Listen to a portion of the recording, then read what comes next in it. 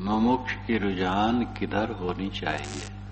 मुमुक्ष मोक्ष की इच्छा रखने वाला, गहरी शांति में जीने की इच्छा रखने वाले साधक की रुझान किस तरफ होनी चाहिए? जो गृहस्थी त्याग करके घर द्वार छोड़ करके आते हैं उनकी रुझान, और जो गृहस्थी में रहते हुए साधना मार्ग में आगे बढ़ना चाहते हैं उनकी रुझान क्या होनी चाहिए?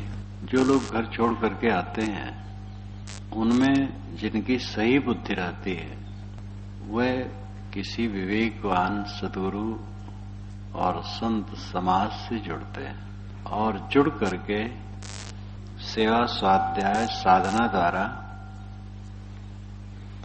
अपने मन के कसाय को छीण करते हैं। और जो आ करके फिर ये सोच लेते हैं कि हम तो साधु हैं, जहां कहीं रहें हमें कोई कमी नहीं रहेगी, हम पूजे जाएंगे, हमारा सत्कार होगा,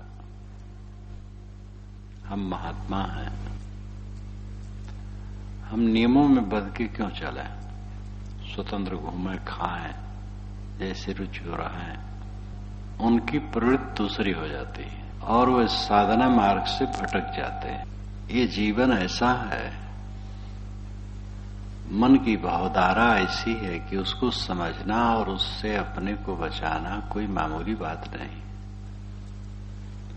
मन भारा तन भार है, भारा जय संबंध, अमान अकाम हुए सजग हुए, छोड़ मान मत अंध। मन का भार है, तन का भार है, संबंध का भार है, ये तीन भार है।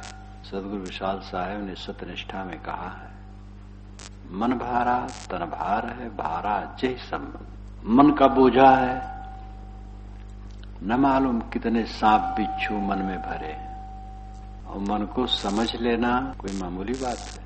सदगुरु कबीर ने तो खूब जगा दिया है, अब पढ़े सोचे समझे। मन मन करते सुर नर मुनि जहड़े, मन के लक्ष्य द्वारा ता मन को चीन्हो मोरे भाई, तन छोटे मन कहाँ समाई। तो बड़े बड़े लोगों का नाम ले लिया कि ये मन में मिल मिल कीन आनंदा, मन पूजा सब ठोर, देश विदेशे हों फिरा गली गली की खोरी, ऐसा जीरा ना मिले लेवे फटक पछोरी। फटकना पछोरना प्रयोग कितना सुंदर है, लेवे फटक पछोरी। जो अपने मन की सफाई करता हो, मन को समझता हो, बहुत बड़ी बात है। अनादिकाल से अध्यास विषयों का है, काम भोग, स्वाद भोग, धन दौलत रुपया पैसा, जगह जागीर प्रतिष्ठा पद सम्मान सत्कार, ये सब की आसक्ति में जीव अनादि काल से पीड़ित है और इसके अध्यास परत पर परत जमे हैं और साधक इसी में भ्रम जाता है। ख्याल ही नहीं रहता है मैं क्या करने निकला और क्या हो गया। कि हित तुम बैराग किए हो, कि चक्कर जाओ यहां, ये भी श्री विशाल साहब की पंक्ति। किस कारण से तुम घर छोड़े हो और आजकल तुम किस चक्कर में पड़ गए हो। प्रेमी मानो द्वेषी मानो, काज भूरि भव सिंधु लहा। कहीं प्रेमी मानते हो, कभी द्वेषी मानते हो। हमारे बहुत प्रेमी हैं, बहुत हमें मानने वाले हैं, यह सोच ही नरक में डुबा देता है। हमारा कोई नहीं। अब अगर कोई हमें मानता है तो उसमें हमारा नरक हो सकता है, कल्याण नहीं। कोई हमें मानता है, श्रेष्ठ मानता है, पूज्य मानता है, और उसमें हम मोह जाएं तो हमारा नरक है। मन के विकारों में पतन होना, नियम विरुद्ध चलना नरक है और क्या है। ये बाहर की गुदगुदी जीव को अनादि काल से नरक में डुबाती रही और उसी गुदगुदी में चिपकाहट है। सबकी स्वाभाविक चिपकाहट है, सबकी, कोई एक दो की नहीं। जो इसको समझता है वो काटता है और काटते काटते काट डालता है। जो दृढ़ हो गया वो काट डालता है। सुख में सूक्ष्म हंता हुई अध्यास लक्षण जानव सोई। श्री काशी साहब बहुत तीव्र संत थे, तीव्र बुद्धि, तीव्र संस्कार, तीव्र वैराग, सब कुछ तीव्र था। इतने ओजस्वी और तेजस्वी, और ये नहीं कि वे अपनी तरुणाई से या बचपन से निकले थे, जहां थे तहां योग्य रहे होंगे। और वे उनके 2 लड़के 1 लड़की उम्र प्रौढ़ थे, स्टेशन मास्टर थे रेलवे के। और जिस गाल्हन नाम के गाल्हन स्टेशन के महाराष्ट्र में स्टेशन ऑफिस के पीछे खेत में एक किसान हल चला रहा था, साथ साथ साखियां गा रहा था। तो सुने तो चले गए, बाहर निकले, सुनने लगे। ये तुम कैसे गाते हो, किसका संपर्क सूत्र पूछा, वो बताया। ये भी बताया कि हमारे गुरुजी अमुक जगह हैं, बुरहानपुर के संत हैं, अमुक गांव में इस समय, हमें उनसे मिला सकते हो? मिला सकते हैं। तो ले गए, मिलाए, सूत्र मिला, फिर तो पकड़ लियो।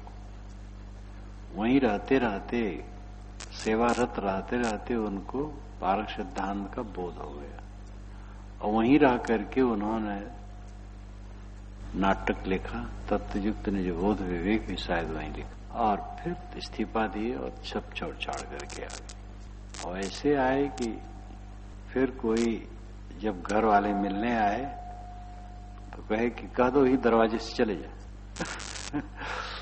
तो पता नहीं फिर मिले कि नहीं मिले, इतना पूरा हिस्ट्री पता नहीं है। बहुत तेज थे, और जैसे उनका अनुभव था व्यवहार का, वो व्यवहार में भी कुशल। छाजन में कहीं त्रुटि हो, पानी चूहे, स्वयं चढ़ जाते, स्वयं ठीक कर देते। अनपढ़ को पढ़ाते थे, पढ़े लिखे को बीजक याद कराते थे, और फिर बीजक पढ़ाते थे, जल्दसाजी सुंदर कर देते थे। मैं तो अक्षर नहीं देखा हूं, लोग कहते उनका अक्षर लिखा हुआ आज भी रखा है, बहुत सुंदर है। श्री सुखसागर साहब तो मुझसे ही कहते थे, जो वहां पर उस समय रहे हैं, कि सुबह दातून के छिलके जितने पड़े हों, झट से बीनती बीनती उठा करके कचरे में डाल, और पताल कुआं से पानी निकाल करके धो दें। अभी वहां जीने के नीचे पताल कुआं नहीं, बहुत गहरा कुआं, खूब रस्सी रखी रहती थी, पता नहीं अब रखी है कि नहीं। तो पानी की सुविधा बहुत हो गई है, धो दे। और जब वो किसी काम में लगे रहे, कोई उनके हाथ से ले नहीं सकता था। बहुत रोगीले थे और बहुत विनम्र थे, दोनों गुण था। उदार, सेवापरायण, अखंड वैराग्यवान,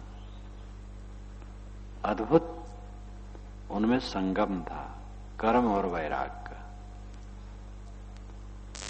2 बार महाराष्ट्र में उन्होंने जमीन खरीद करके और किसान को दे दिया कि इसमें आमदनी जो हमारा हो देते रहो आश्रम के लिए। आश्रम में संत रहते हैं, उनके गुजर बसर के लिए। सिंधखेड़ा का आश्रम स्वतंत्र था, यहां से कोई मतलब नहीं था। वहां तो 1000 बीघा जमीन थी, अब इस समय भी 500 है। और वही श्री काशी साहब अंत में वहां छोटे बालक साहब महंत थे, उन्हीं को बुरहानपुर की भी महंती दे दी और अपना चल दी। दोनों एक हो गए, तब से एक हो गया। वहां की आमदनी यहां आने लगी। और बुरहानपुर छोड़े, फिर कभी बुरहानपुर नहीं गए। एकदम रीवा के पास आए, वहां अपने हाथ से कुटिया बनाए। जो कुटिया थी उसमें नहीं रहे, इसमें सब रहो। तो भगत लोग भी मिल गए, उसमें रहे। फिर आगरा की तरफ लोग ले गए, वहां गुफा में रहे, और जमुना के रेत में उन्होंने शरीर छोड़ दिया। बड़े दृढ़ संत, बहुत बड़ा आदर्श। और जड़ चेतन भेद प्रकाश उन्होंने छंदों में दोहा चौपाई में बनाया। वो पारक सिद्धांत की कुंजी, सूत्र। पारक सिद्धांत का कोई अवयव बचा नहीं है, थोड़ी वो पंक्तियों में कि कुछ ना हो, सब है उसी में। यह है सुख में सूक्ष्म हंता हुई, अध्यास लक्षण जानह सोई। सुख में जो सूक्ष्म अहंकार होता है, यही अध्यास का लक्षण जानना। सम्मान मिला, अहंकार आया तो अध्यास अभी है। अनुकूलता आई और उसमें मोह उत्पन्न हुआ तो ये अध्यास का लक्षण। मोह न उत्पन्न हो। किसमें मोह? कितने क्षण का है? अनुकूलता कब तक रहती? देखो, बादल आए, गड़गड़ाए, हल्का फुहारा पड़ा, अपने ढंग से दृश्य सुहावन है। ये सुहावन दृश्य कितने क्षण रहेगा? भयंकर दृश्य कहो या सुहावन दृश्य कहो, जिसको जैसे लगे। जोर से बरसने लगे, परेशान लोग हो जाएं तो भयानक दृश्य कहा जाएगा। हल्का बूंदाबांदी, शामता चारों तरफ, सुहावन दृश्य। कुछ भी कहां रहता है, किसके साथ? सब भागा जा रहा है। सुख में सूक्ष्म हंता हुई, अध्यास लक्षण जाने सोई। सुख में सूक्ष्म अहंकार जो होता है, अध्यास का लक्षण है। श्री काशी साहब ने अपने जीवन से ये बता दिया। वो बताने के लिए नहीं आए थे, अपना काम किए। लेकिन कोई सीख ले कि इतनी उम्र में 2 लड़के 1 लड़की उनके थे, और प्रौढ़ शरीर, स्टेशन मास्टर, और वहीं उनको पारक सिद्धांत का बोध हुआ। और वहीं उन्होंने 2 पुस्तकें लिखी पारक सिद्धांत पर। और फिर विरक्त हो गए, आए बुरहानपुर रहे, फिर उनको अधिकारी चुना गया और अंत में उनको महंती की गद्दी दी गई और उन्होंने सेवा के लिए स्वीकार लिया। लेकिन वो महंती नहीं भोगे, खर, वहां भी खर विचार के। और अंत में बुरहानपुर छोड़ के चल दिए, दूसरे की महंती देकर, और कभी बुरहानपुर नहीं गए। और जमुना के रेत में आगरा के पास शरीर छोड़ दी। कैसा अद्भुत व्यक्तित्व! निष्पक्ष सत्य ज्ञान दर्शन पारक सिद्धांत का शास्त्र उन्होंने बना दिया। देश विदेश के शास्त्रों का उदाहरण उसमें भरा है। 100 से अधिक शास्त्रों का उदाहरण उसमें है। वैज्ञानिकों का भी है जो संदर्भ है जगत के विषय में। विद्या, बुद्धि, ज्ञान, वैराग्य, व्यवहार, सबकी निपुणता, ये सबसे साधक सीख सकता है। भयंकर से भयंकर बंधन कुछ नहीं, भ्रम मात्र। पर्वतों में गुफा की जो रचनाएं होती हैं वो लाखों वर्षों में होती हैं, हजारों लाखों, हजारों वर्षों में तो होती ही। और बड़ी बड़ी गुफाएं होती हैं जिसमें सैकड़ों लोग बैठे हैं, ऐसी भी गुफाएं होती हैं। 25-50 लोगों की गुफाएं तो होती ही हैं। श्रृंगेरी इस पर्वत पर जब हम लोग चढ़े थे एक बार, बहुत पहले, 30 वर्ष से भी पुराना होगा, तो वहां जा करके एक गुफा मिली। तो एक तरफ स्टेज जैसा पत्थर विशाल बना था, जो 10-15 लोग बैठ सकते थे।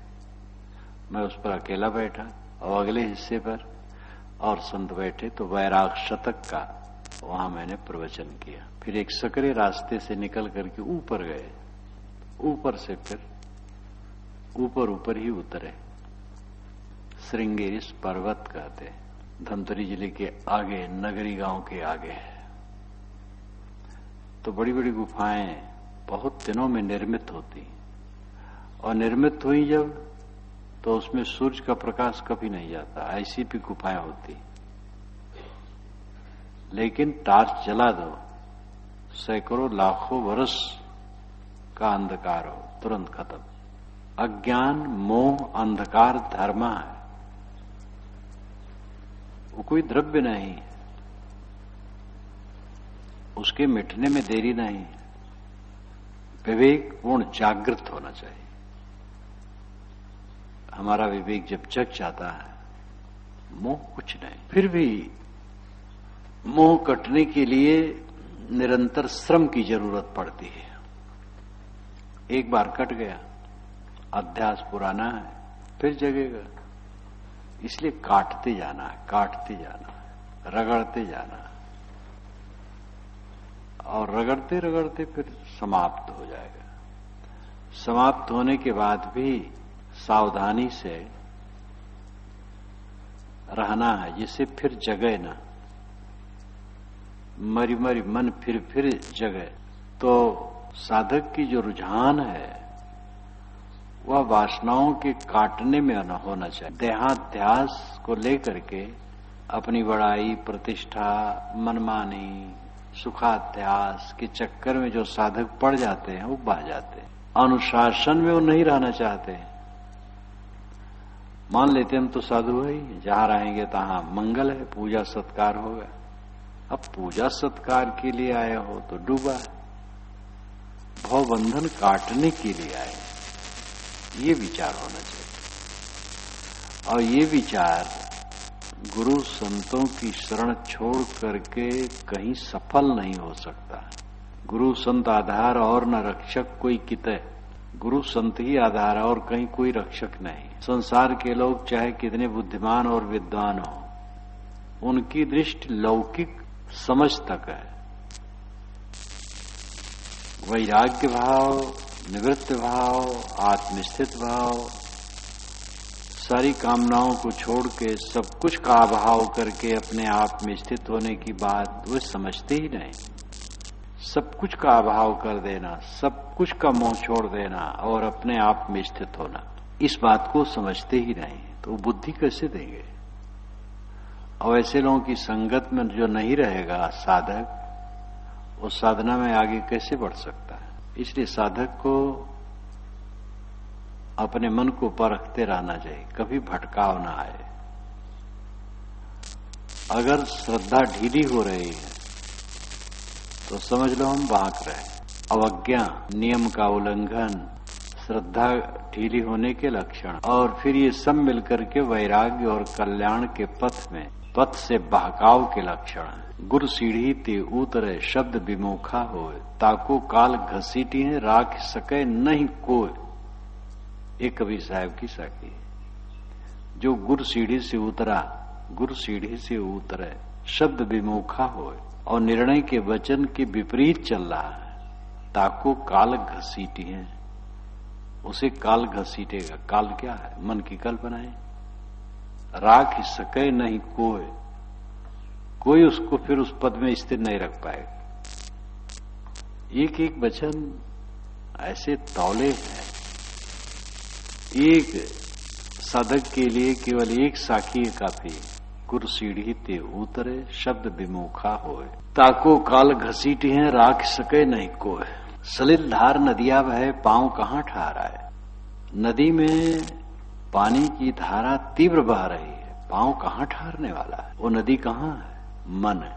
मन में विकार, अंधकार, कल्पनाएं, कल्पनाओं का अंधकार, ऐसी कल्पनाएं जिसके न सर न पैर, और साधक को सिंपा जाता है। मन के भंवर में ही तो बड़े बड़े ऋषि मुनि बह गए, और इसकी सावधानी बराबर वो करते हैं। कबीर साहब रामदेव शुक्ल जी का जो अभी आया है कबीर का सच, एक छोटी पुस्तिका है, गोरखपुर विश्वविद्यालय के हिंदी विभाग अध्यक्ष रहे हैं, उस पर कुछ लिखने के लिए आया है पूर्ववाक के रूप में। आधा करीब पढ़ा हूं, आधा से कम। कबीर का सच काफी बढ़िया उन्होंने लिखा है।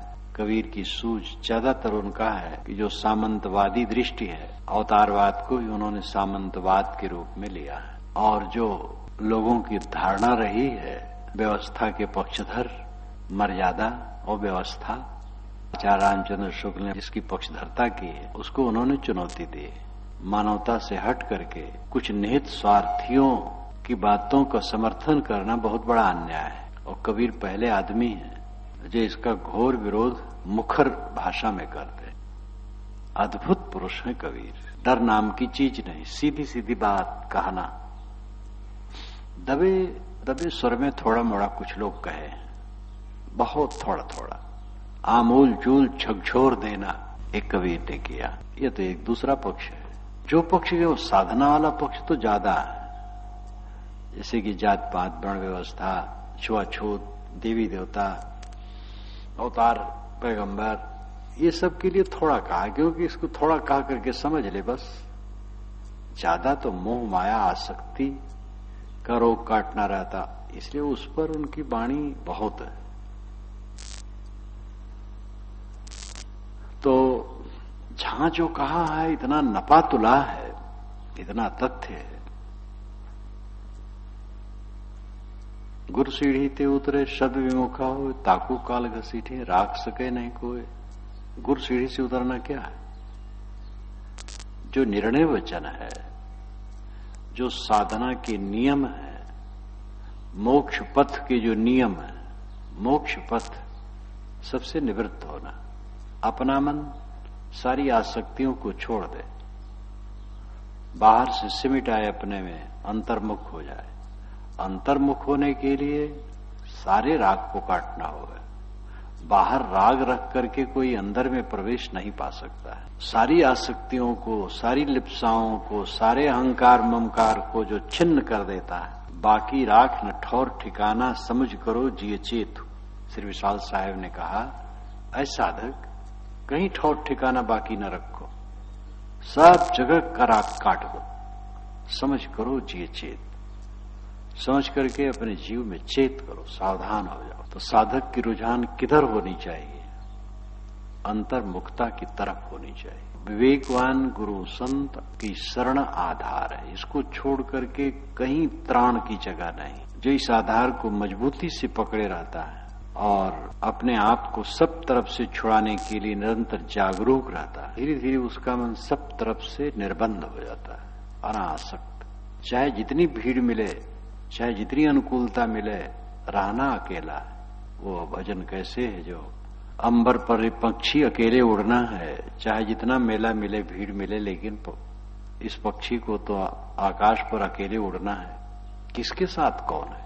अकेला ही उड़ना है, अकेले ही रहना है, और सबके बीच में रहते हुए भी अकेले ही में स्थित होना। आप समाधि में यहाँ बतन ध्यान में बैठते हैं, लेकिन अपने ही में तो बैठना है, अपने आप में ही तो शांत होना है। दूसरे को लेके थोड़े अपने स्वरूप में स्थित में जाना है। जीव अकेला है, उस अकेलेपन को मजबूत करना और संभव है संतों की संगत से। विवेकवान रहनी संपन्न साधु संत गुरुजन का आधार लेकर के अपने को सुबस करने के काम